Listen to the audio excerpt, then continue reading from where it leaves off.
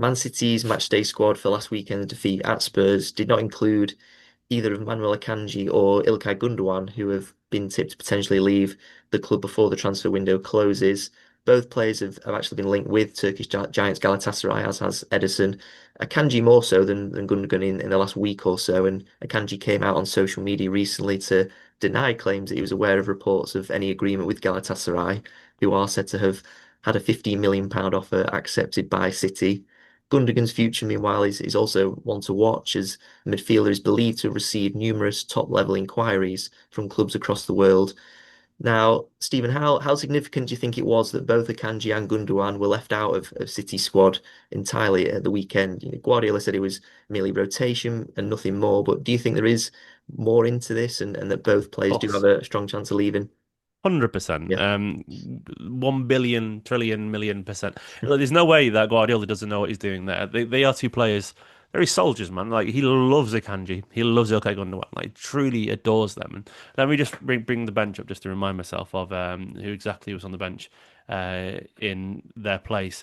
But either way, to leave Ilkay Gundogan and Manuel Akanji, treble winners, a captain there, a guy who lived in the same building block as Guardiola and Gundogan and went round regularly for like dinner and so on. Friends, basically, is what I'm getting at. To leave them on the bench for Nico, or off the bench for Nico O'Reilly, a 20-year-old lad, and Abdikadir Kusanov, another young signing.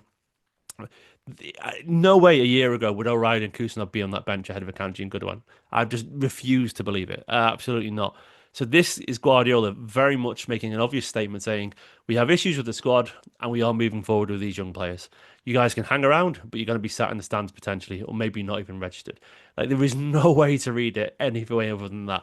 It's Gundogan and Akanji. Like they are so versatile, so useful for Guardiola and some of his favourite ever footballers probably of City. Yeah. Akanji's played more than I think he's in the top 3 or 4 minutes since he joined, isn't he, for Manchester City? So he's incredibly lent on by Guardiola always, and played right back, centre back, left back, defensive midfield for Guardiola. Gundogan, what more can you say about Gundogan? Guardiola couldn't wait to bring him back when he got a chance last year. And Nico O'Reilly and Abdikadir Kusanov are on the bench ahead of them. This is a very obvious statement of intent for Guardiola to gently nudge these players towards the door. They are experienced players with so much, ability still, but they are players that clearly have links to Turkey in particular, Kanji to Galatasaray. Gundogan was tentatively linked there as well, but it's gone a bit quiet on that front. But there are rumours that lots of clubs would be interested in taking him. But the rumours that Gundogan maybe wants to stay. I think there's a good chance one does, and I think there is space for one of them to stay. But it's going to be who blinks first situation, really. I think it'll probably be a Kanji. I think Gundogan might hang around. Gundogan, I think he wants to stay in Manchester still. I think he committed to a couple of years here. I'd understand he's got a young family and so on, and friends here and so on. I think he's ready to. Don't think he's ready to move yet.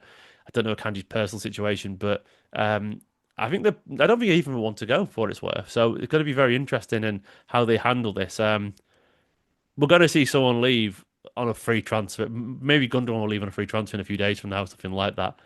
But it's a bit of a shame because I think it's always like when players who've been that successful and who are that likable are sort of forced out the door politely. Like I do feel a bit sorry for them, like I'm getting a bit philosophical here, but I was thinking about De Bruyne earlier, and he's got 3 young kids, and they probably have friends at school and all that kind of stuff. And he loves Manchester; it was home, and I think a lot was made. I'm sort of a bit of a tangent here, sorry, but a lot was made about De Bruyne being upset when he left and a bit spiky with City.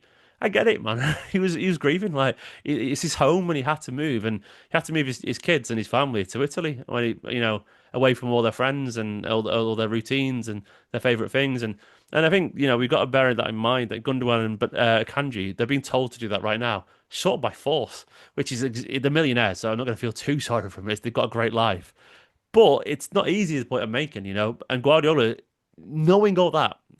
And that the context of adding there, knowing how difficult this will be for those players to do, and how much he's given them, and Gundogan in particular, his first ever signing at City a decade ago. You know, he's made a very obvious statement there to them directly for the world to see that they are being left behind for O'Reilly, for Kusanov, for people like that. And I think that's a really big shout from Guardiola. That is a massive shout because it would have been very easy to leave the young lad on the bench in the stands, the young lads. But Yeah, he's doing the right thing for Manchester City. It's tough on those guys, and emotionally, it'll probably hit them a little bit. And I hope if they go, they get a chance to say goodbye. You know, the Etihad. I don't think they will do, but you know, it'd be nice if they get to have the moment because the cracking players who've achieved an awful lot in a City shirt. But it's their time, unfortunately. And football is a very ruthless game, and Guardiola has shown, despite what everyone felt, he has got that ruthless streak still in him. And there were worries last season that maybe Guardiola wasn't ruthless enough, but he clearly is not messing around this summer. Like, you know, he's pushing forward with the younger players, rightfully so. O'Reilly and Kusan for the future of Manchester City. Gundogan and Kanji aren't anymore.